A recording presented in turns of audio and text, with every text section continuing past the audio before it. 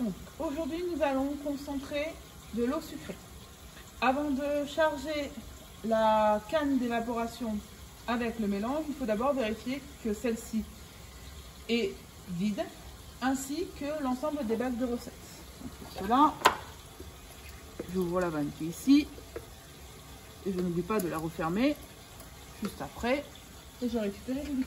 Et je fais de même pour le bac de recettes du concentrat et pour le bac de recettes de l'évaporant.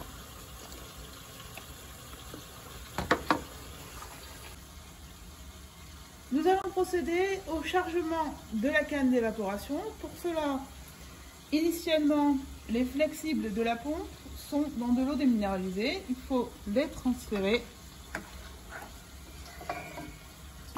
dans le mélange d'alimentation. Ensuite, on va se diriger vers le tableau électrique. On règle la fréquence de la pompe sur 90%. Comme nous voulons charger la canne, autant avoir une vitesse rapide pour que le chargement ne dure pas trop longtemps. Puis nous mettons en route la pompe. On se redirige vers la pompe. Ces pompes nécessitent un amorçage. Donc pour amorcer la pompe, on ouvre ici jusqu'à ce qu'il n'y ait plus de bulles dans ce flexible-là. Une fois que c'est le cas, on ferme et le chargement débute. Vous voyez les liquides qui commencent à monter. Nous allons charger la canne jusqu'à débordement dans le bac de concentrat. Le chargement est maintenant terminé. Vous voyez qu'il y a débordement du liquide dans le bac de concentrat. On va pouvoir se diriger sur le tableau électrique pour, dans un premier temps, arrêter la pompe. Puis, comme nous avons un procédé qui est continu, commencer par réaliser une mesure du débit d'alimentation avant de procéder à la mise en chauffe de l'installation. Pour cela, on règle la fréquence de la pompe qu'on souhaite avoir, par exemple 40%. On rallume la pompe. On se dirige vers le bac de concentrat. Pour mesurer le débit, on va donc fermer cette vanne, attendre que le liquide atteigne 0 ml pour démarrer le chronomètre.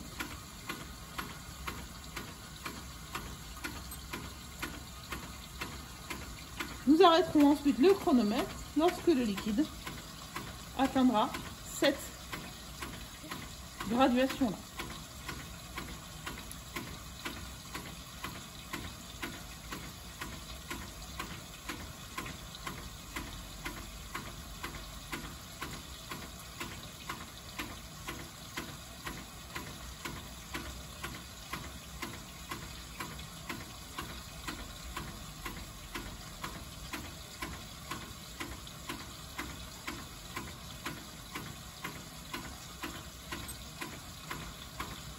On ouvre ensuite la vanne et nous allons pouvoir calculer le débit.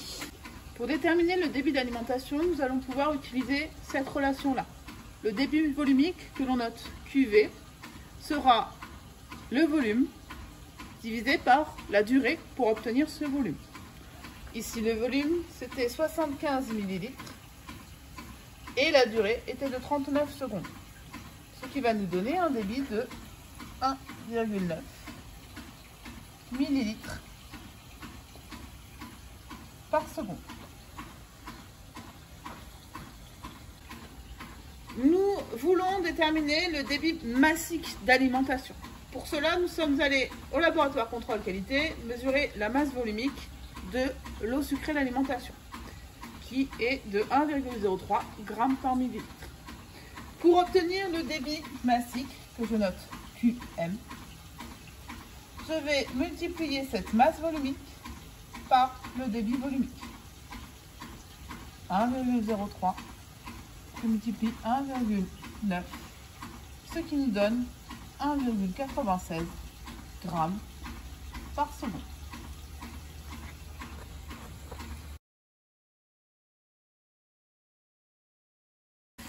Nous allons procéder à la mise en route de la chauffe. Pour cela, je me munis des gants thermiques et je vais tourner la vanne murale de 3/4 de tour.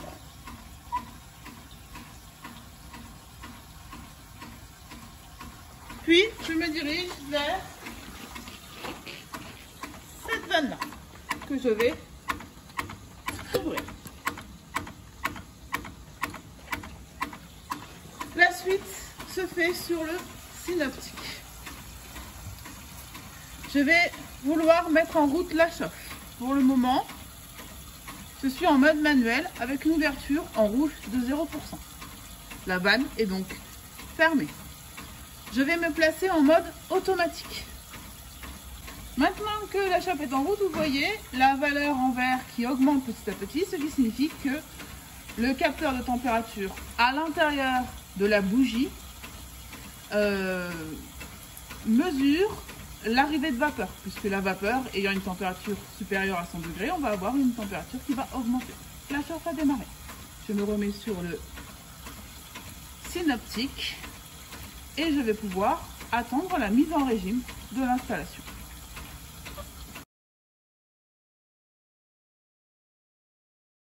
L'installation peut aussi fonctionner sous vide. Cela permet de réaliser des économies d'énergie et d'augmenter la concentration. Elle sera de meilleure qualité, le concentrat contiendra plus de sucre. Pour cela, on va d'abord enlever toutes les arrivées d'air dans l'installation. Il y en a une ici, qu'on ferme, et ici, qu'on ferme. La pompe à vide se situe ici. Je dois m'assurer que les vannes qui sont connectées à cette pompe à vide sont bien ouvertes. Donc celle-ci doit être ouverte, celle-ci doit être ouverte. Puis je me dirige vers le tableau électrique et je mets en route la vis. Le contrôle va se faire depuis ce manomètre. En règle générale, je veux une pression de moins 0,4 bar. Je vais donc agir dès que j'aurai obtenu cette consigne.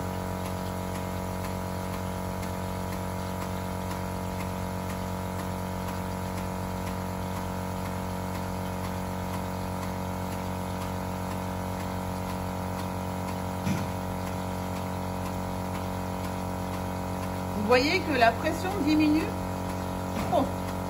Je vais donc ouvrir légèrement cette vanne pour que la pression réaugmente. Si la pression augmente trop, je vais refermer cette vanne pour retourner à la consigne de moins 0,4.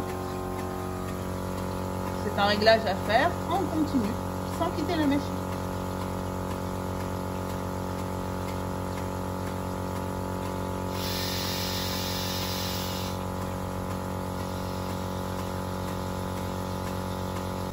Je n'ai pas changé les réglages de débit d'alimentation, c'est-à-dire la fréquence de la pompe. Et je remarque qu'en ayant diminué la pression, l'évaporation se fait plus et donc le niveau dans la canne devient très faible. Il ne faut pas le laisser comme ça, parce que laisser ce débit très faible va entraîner une détérioration du matériel. On ne peut pas chauffer de l'air, il faut qu'il y ait toujours du liquide dans la canne. Donc je vais me diriger vers le tableau électrique et augmenter la fréquence de cette pompe.